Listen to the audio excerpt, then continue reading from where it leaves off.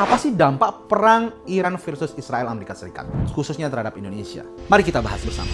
Dampak yang paling signifikan adalah terhadap APBN 2026. Kita lihat bahwa asumsi makro APBN 2026, ICP minyak internasional diasumsikan sebesar 70 USD per barel. Sedangkan kemampuan lifting kita, produksi kita, itu hanya di angka 600.000 barel per harinya.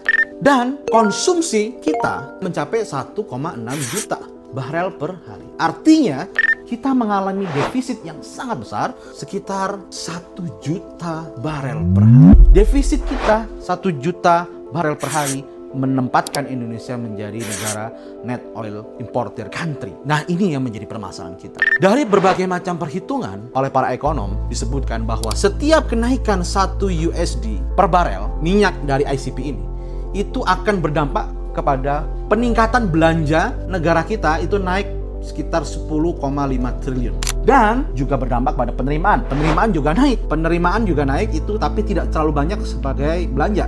Sebesar 3,5 triliun. Artinya tetap defisit sekitar 7 triliun. Artinya setiap kenaikan ICP 1 USD menyebabkan defisit sebesar 7 triliun rupiah. Saat ini setelah perang Iran versus Israel Amerika Serikat terjadi kenaikan harga.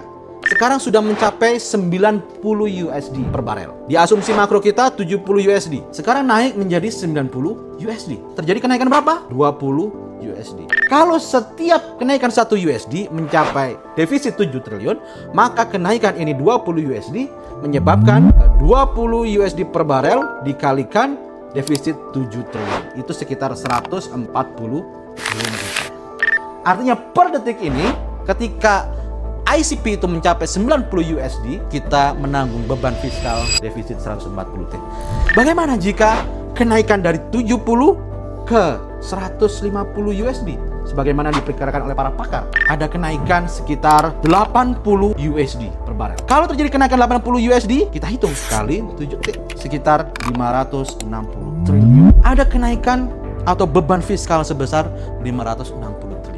Ini dengan asumsi nilai tukar di asumsi makro adalah Rp16.500 per USD. Bagaimana jika terjadi pelemahan 17.000 dan 17.500 atau bahkan 18.000 rupiah per USD? Itu angkanya akan lebih besar. Potensi ini akan menyebabkan fiskal kita bisa jadi jebol kalau angkanya sampai 560.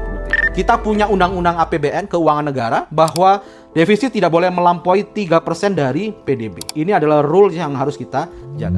Melebihi 3% tentu melanggar undang-undang, yang pertama. Yang kedua, investor global, terutama di bond market, tentu akan merespons sangat negatif dan bisa terjadi capital outflow yang cukup signifikan. Nah, disinilah pentingnya kita melakukan adjustment, adaptasi.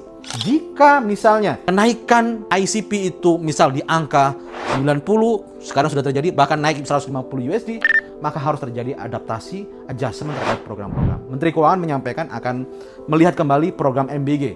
Apakah ada koreksi atau pemangkasan? Jika memang diperlukan, kami mendukung. Jika itu memang untuk menyelamatkan fiskal kita. Dan yang penting lagi adalah dampak yang lain. Dampak yang lainnya apa? Inflasi. Jika misal subsidi semakin besar, kompensasi semakin besar, APBN tidak bisa menyanggah kembali, maka pemerintah bisa menaikkan harga BBM. Kalau terjadi kenaikan harga BBM, maka akan terjadi inflasi yang cukup signifikan di sektor energi, di sektor transportasi, di sektor makanan, di sektor usaha, dan sebagainya. Dan tentu itu tidak yang kita inginkan. Oleh karena itu, perlu kita harus mewaspadai mitigasi resiko-resiko yang ada. Dari sisi energi, dari sisi fiskal, dari sisi inflasi, dan dari sisi-sisi yang lainnya.